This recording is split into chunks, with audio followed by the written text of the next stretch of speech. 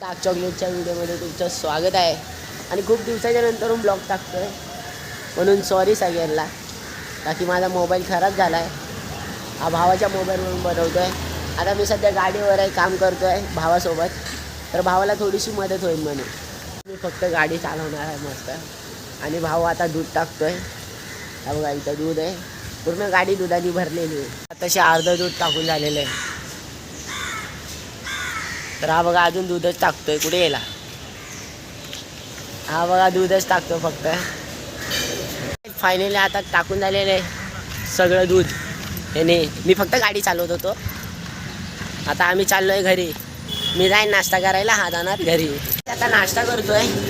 तर भावाने बटर डोसा घेतला आहे.